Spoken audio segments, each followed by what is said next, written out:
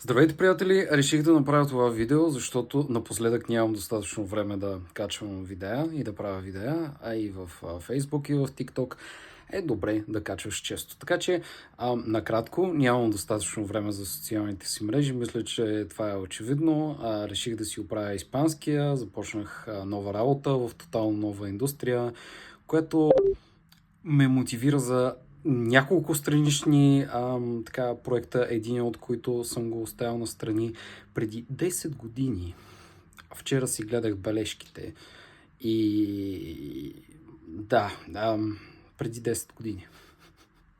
Какво да кажа? Така че, да, нищо лошо не се случва, нищо страшно не се случва, просто да кажем, че известно време социалните мрежи ми бяха крайно интересни. В момента мога да правя доста повече.